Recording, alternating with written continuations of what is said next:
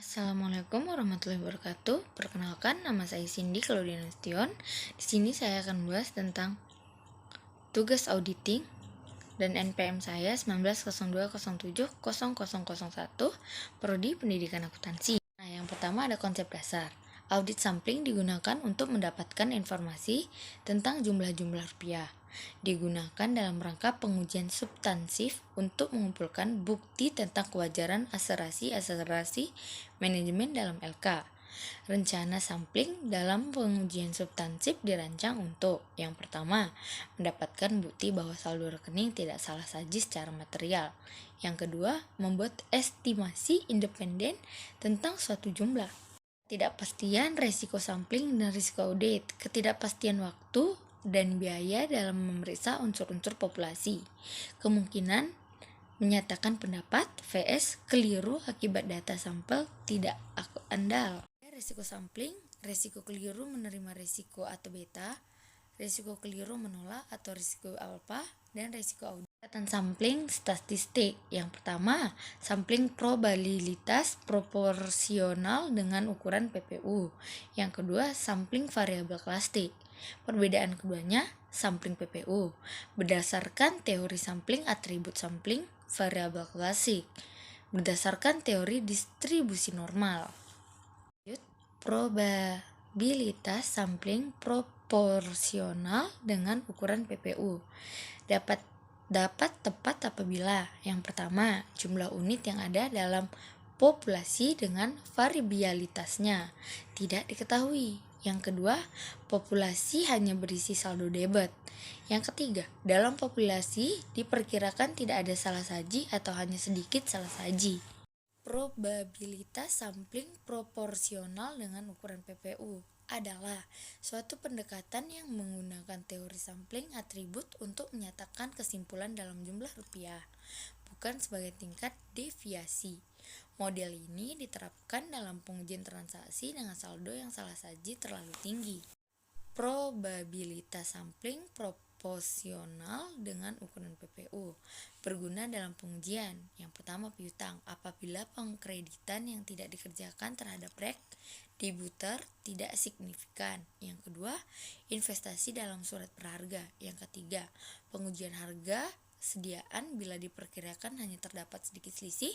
Yang keempat, tambahan pada aktiva tetap. Menetapkan tujuan bencana.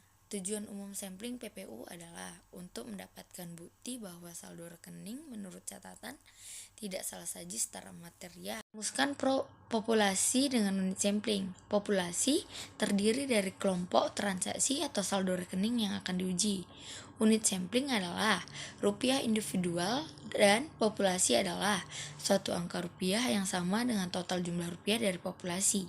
Rupiah individual yang terpilih sebagai sampel kadang-kadang membawa keseluruhan unsur yang lain dari populasi yang sama. Unsur tersebut disebut dengan logical sampling unit. Menentukan ukuran sampel NB dikali FK. N sama dengan SD dikurang buka kurung AS dikali FE tutup kurung. NB nilai buku populasi yang diuji. FK faktor keandalan untuk risiko keliru menerima yang ditetapkan. SD salah saji ditoleransi. AS antisipasi salah saji. FE faktor ekspansi untuk antisipasi salah saji. Menentukan metode pemilihan sampel. Yang pertama, metode yang tidak banyak digunakan dalam sampling PPU adalah pemilihan sistematik. Yang kedua, metode ini membagi total rupiah populasi menjadi interval rupiah yang sama. Rumusnya IS sama dengan NB per N. IS sama dengan internal sampling. Laksanakan rencana sampling. Yang pertama, auditor menerapkan prosedur pengauditan yang sesuai untuk menentukan suatu nilai menurut audit untuk setiap unit logis yang diikutsertakan dalam sampel. Yang kedua, jika ada perbedaan, maka auditor harus mencatat nilai buku dan nilai menurut audit dalam KK. Info di atas selanjutnya akan dipakai untuk melakukan proyeksi atas total salah saji dalam populasi. Mengevaluasi hasil sampel. Auditor menghitung batas atas salah saji atau BAS dari data sampel dan membandingkan dengan salah saji yang ditoleransi yang telah ditetapkan dalam rancangan sampel. Yang kedua, rumus batas salah saji. BAS sama dengan PS tambah CRS. PS sama dengan total proyeksi salah saji dalam populasi. CRS cadangan risiko salah saji. Mengevaluasi hasil sampel. Jika salah saji tidak diperoleh, maka faktor cadangan risiko sampling terdiri dari satu komponen yang disebut persisi dasar. Rumusnya PD sama dengan FK dikali IS. Yang kedua, jika salah saji ditemukan, maka auditor harus menghitung proyeksi total salah saji dalam populasi maupun cadangan risiko sampling untuk menentukan batas atau salah saji. Untuk salah saji terlalu tinggi, selanjutnya BAS dibandingkan dengan SD. Rumusnya persentase perbedaan sama dengan nilai per buku dikurang nilai per audit dibagi nilai per buku. Proyeksi salah saji sama dengan persentase perbedaan dikali internal sampling. Nah, yang ketiga, rumus cadangan risiko sampling. CSR sama dengan PD dikali KC. Keterangan PD sama dengan presisi dasar, KC kenaikan cadangan yang disebabkan oleh salah saji. Kesimpulan menyeluruh. Yang pertama, BAS lebih kecil daripada SD.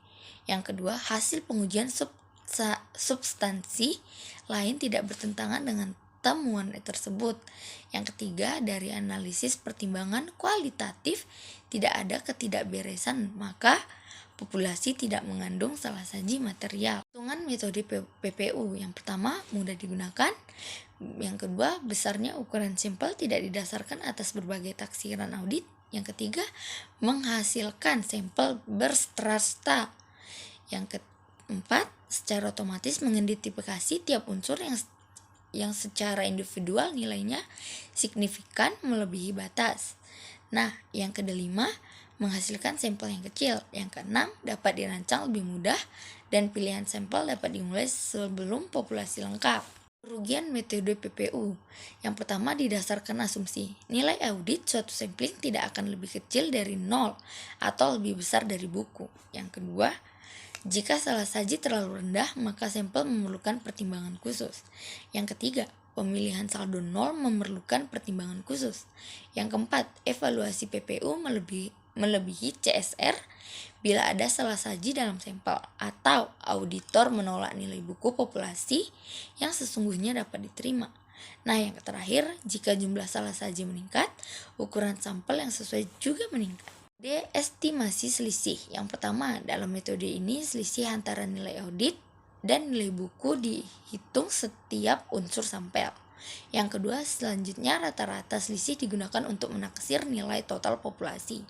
Yang ketiga, variabilitas selisih digunakan dalam penentuan cadangan risiko sampling yang dicapai.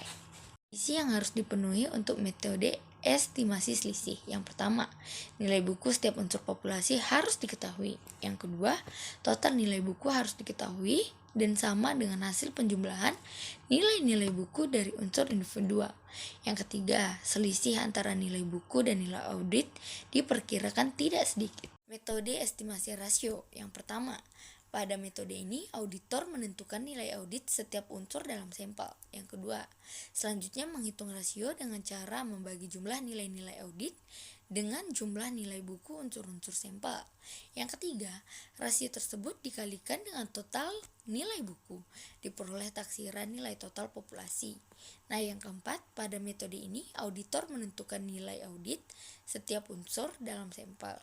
Nah, yang kelima, selanjutnya menghitung rasio dengan cara membagi jumlah nilai-nilai audit dengan jumlah nilai bukan unsur-unsur sampel.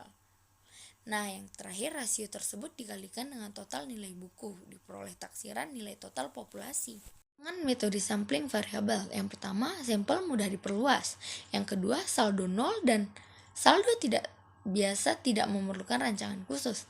Yang ketiga, jika ada perbedaan besar antara nilai audit dengan nilai buku, tujuan auditor dapat terpenuhi dengan ukuran sampel kecil. Metode sampling variabel. Yang pertama, lebih kompleks, membutuhkan bantuan komputer untuk merancang sampel yang efisien dan mengevaluasi hasil sampel.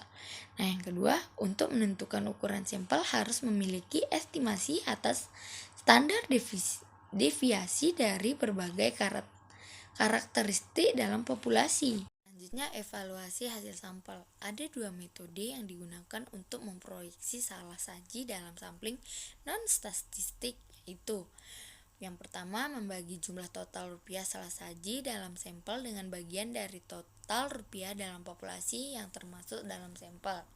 Yang kedua, mengkalikan rata-rata selisih antara nilai audit dengan nilai buku dari unsur-unsur sampel dengan jumlah unit dalam populasi.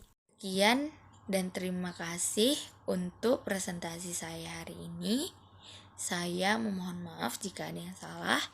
Dan saya mengucapkan sampai jumpa di Universitas Muhammadiyah Sumatera Utara, disingkat menjadi UMSU.